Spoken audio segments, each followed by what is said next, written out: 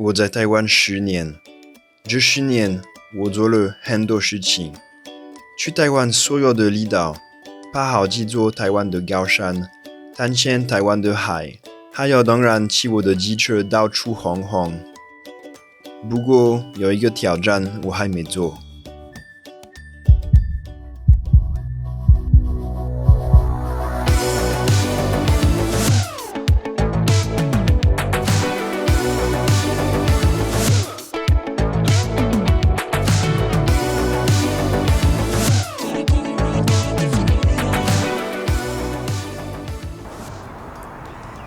我决定，我下一个挑战就是要骑脚踏车环岛。大家好，我是圆圆。我今天想跟大家介绍我人生第一台公路车，当当，全新的耶，新车的味道。我几个礼拜前决定我要开始骑车。我决定，我明年想试试看这个很厉害的挑战，就是骑环岛。然后那个时候我在想，我应该要骑什么样的脚踏车？我的想法是应该需要一台速度够快，就是可以跟其他车友一起玩，方便爬坡。还有我在想，应该要选一个台湾的牌子。我骑车的朋友知道我的要求后，推荐给我 Dare 这个牌子，然后透过介绍，我有机会跟 Dare 联络上。Dare 是一个台湾公路车的牌子，这几年越来越多人注意到这个牌子。他们的车架设计、研发和制造都是自己做的，设计感和车色都很帅。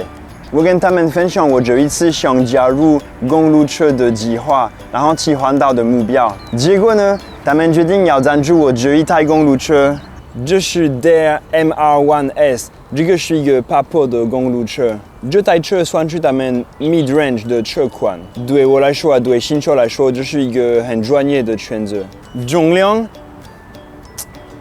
7.2公斤，什么东西啊？我这几年都在骑 U-Bike 的重量17公斤，差超级多。我第一次碰到这个 MR1S， 真的不敢相信会有这么轻的脚踏车诶。它是碳纤维车架，变速套件是用 Shimano Ultegra R8000全刹。可能有人问，为什么不是碟刹呢？Dare 告诉我，对入门车款不用碳纤维轮组来说，全刹是比较好的选择。第一，重量比碟刹轻，然后第二，后下叉输出也更佳，后续的保养维护费用也相对便宜。还有，我很喜欢这个脚踏车的颜色，因为其实它的颜色，看你是从什么角度看它，颜色会改变，从绿色到紫色都有，所以我觉得蛮酷的。那我大概2个礼拜前收到这一台脚踏车，然后我目前骑的距离大概有200公里左右，然后我可以分享我刚开始骑公路车的感觉，主要的是有4点，很快，其实比 U-Bike 快很多，就是我没有想到会有这么大的差别。然后第二个很轻，超级轻的，我是扛着爬楼梯回家，然后我觉得每一次超轻的，像背包一样。然后一个我以前都没有发现过的是，其实风的影响超大的，可能之前因为骑 U-Bike 速度不够快，所以没有特别发现。但是现在如果时速30公里以上，我真的会感觉到风的影响很大。如果风是从这边来的，我会觉得很不舒服。那如果风推我的，那很轻松。然后我最后一个感觉就是我的屁股会很痛。因为我不知道可能我的屁股没有很习惯骑公路车，然后我现在就算我买了那个车库，但是还是慢慢的要习惯。我觉得还是有人说，如果坐垫不适合我的屁股，那也可以考虑换，然后买刚好适合自己屁股的坐垫。不过我每一次出发骑车，我还是蛮多的疑虑，比如说，如果发生爆胎的状况怎么办？要怎么处理啊？还是骑车的时候有什么行为是比较安全的？等等，真的蛮多的疑虑。你如果也在考虑买第一台公路车，还是你如果跟我一样是新手，那你可能也有跟我一样的疑虑。所以我决定，我今天要去车店问我所有想问的问题，这样我会更了解公路车的世界，然后我骑车也会觉得更安心的。好，走吧。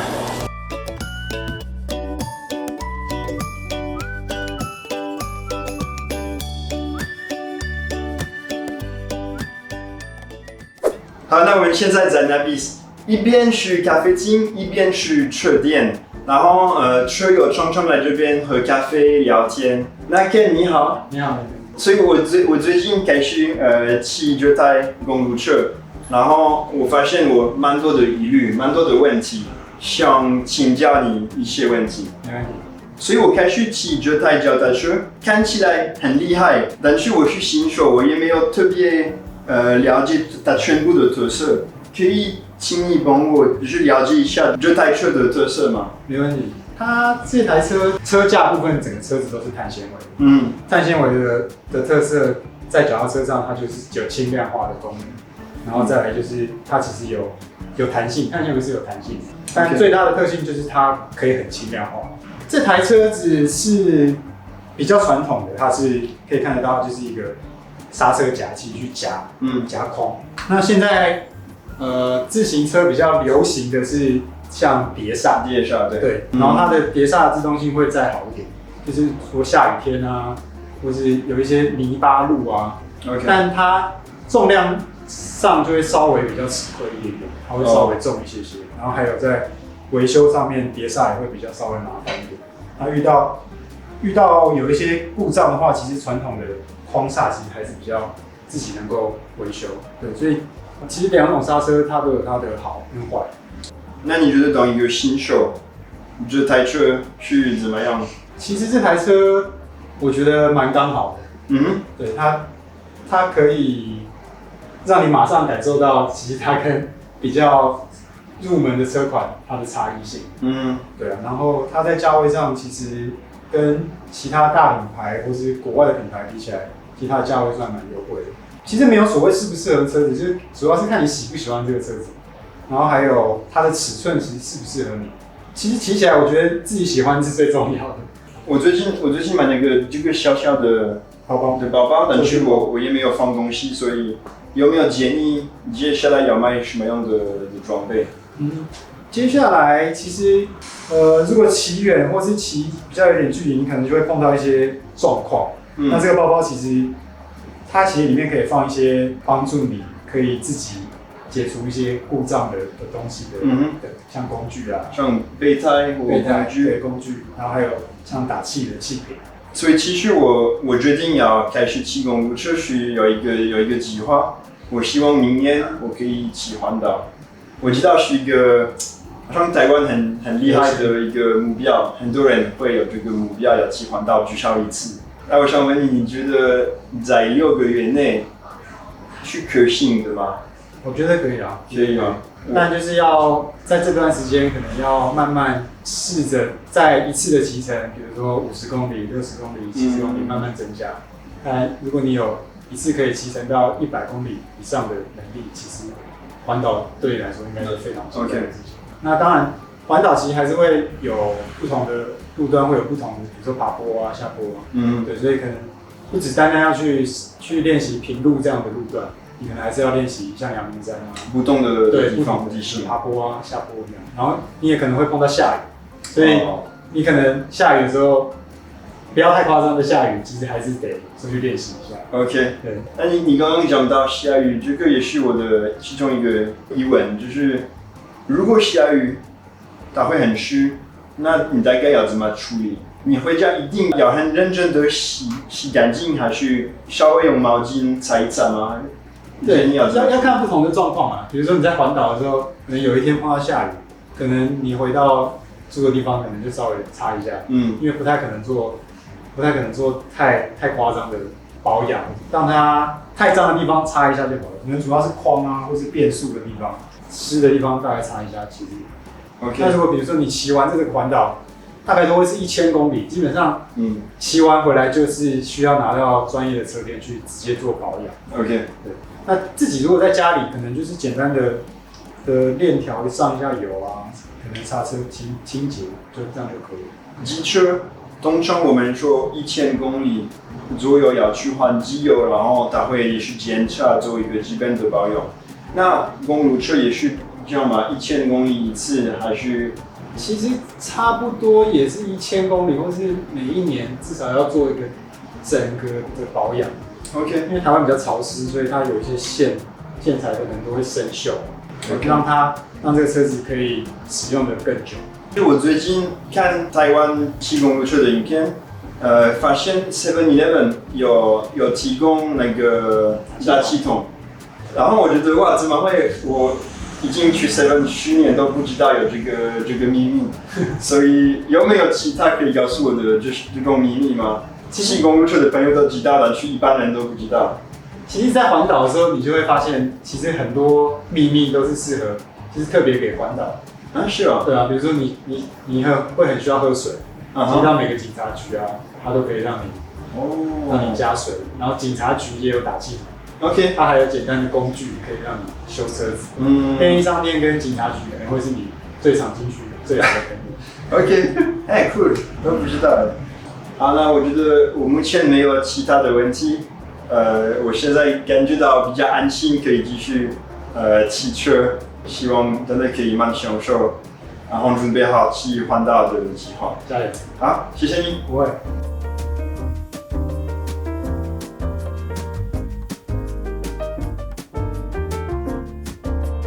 那就是有一个部分，我想请教，可不可以给我看要怎么换一个爆胎？那如果前面碰到爆胎的话，这个部分刹车可能要先把它打开来，它这边有一个可以让它松开的，然后再来就是这个快拆，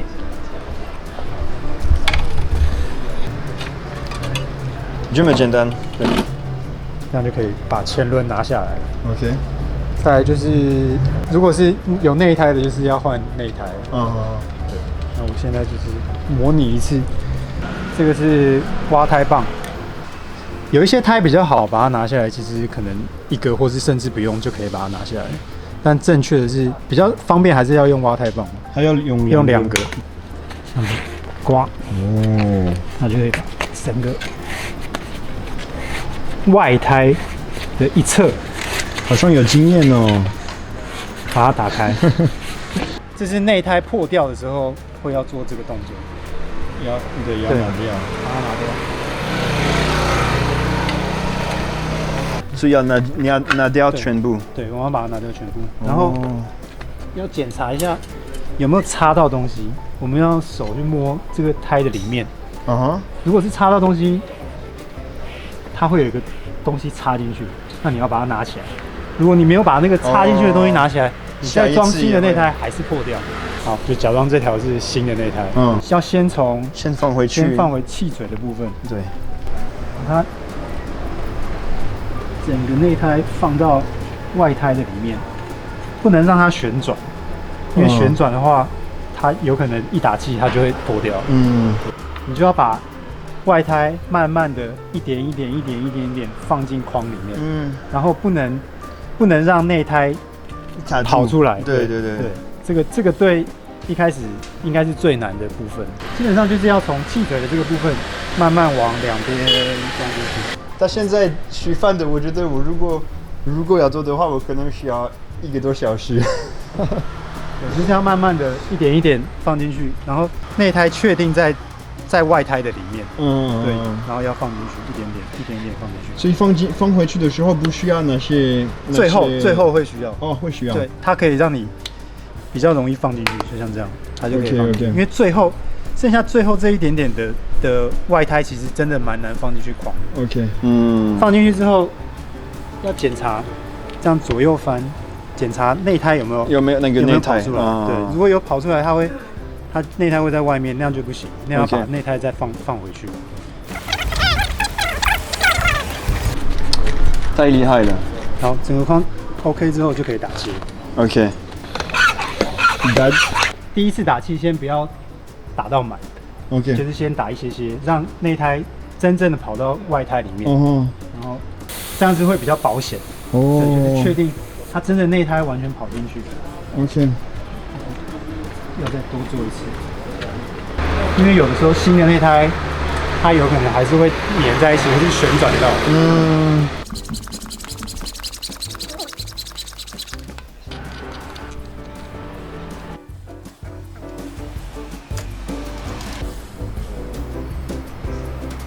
刹车、出局。